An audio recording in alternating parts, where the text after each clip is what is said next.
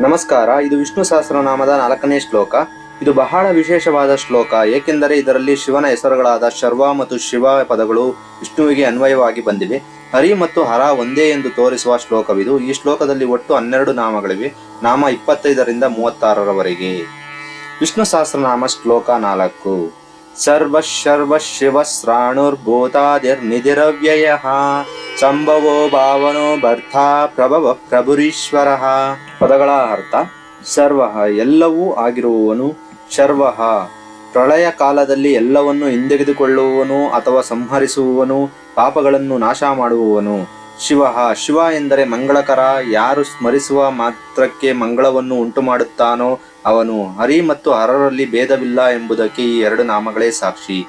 ಸ್ಥಾಣು ಸ್ಥಿರವಾಗಿರುವವನು, ಪ್ರಪಂಚ ಬದಲಾಗುತ್ತಿರುತ್ತದೆ, ಆದರೆ ದೇವರು ಶಾಶ್ವತ ಮತ್ತು ಅಚಲ. ಭೂತಾದಿ ಎಲ್ಲ ಜೀವಿಗಳಿಗೆ ಮತ್ತು ಪಂಚಭೂತಗಳಿಗೆ ಆದಿ.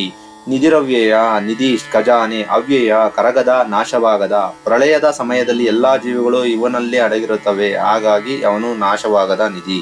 ಸಂಭವ ಧರ್ಮ ರಕ್ಷಣೆಗಾಗಿ ಯುಗ ಯುಗಗಳಲ್ಲಿ ತಾನಾಗಿಯೇ ಹುಟ್ಟಿ ಬರುವವನು.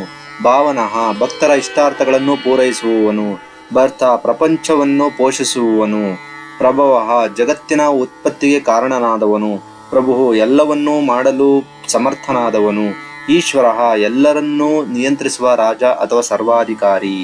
ಶ್ಲೋಕದ ಭಾವಾರ್ಥ: ಎಲ್ಲವೂ ಆಗಿರುವವನು, ಪ್ರಳಯದ ಕಾಲದಲ್ಲಿ ಎಲ್ಲವನ್ನೂ ಸಂಹರಿಸುವವನು, ಮಂಗಳ ಸ್ವರೂಪನು, ಸ್ಥಿರವಾಗಿರುವವನು, ಎಲ್ಲ ಜೀವಿಗಳಿಗೂ ಮೂಲ ಕಾರಣನು, ನಾಶವಿಲ್ಲದ ನಿಧಿಯಂತಿರುವವನು, ತಾನಾಗಿಯೇ ಅವತರಿಸುವವನು, ಭಕ್ತರಿಗೆ ಫಲವನ್ನು ಕೊಡುವವನು, ಜಗತ್ತನ್ನು ಧರಿಸುವವನು, ಪಂಚಭೂತಗಳಿಗೆ ಕಾರಣನು, ಸಮರ್ಥನು ಮತ್ತು ಎಲ್ಲವನ್ನು ಆಳುವ ಒಡೆಯನು ಆ ಭಗವಂತನೇ ಆಗಿದ್ದಾನೆ.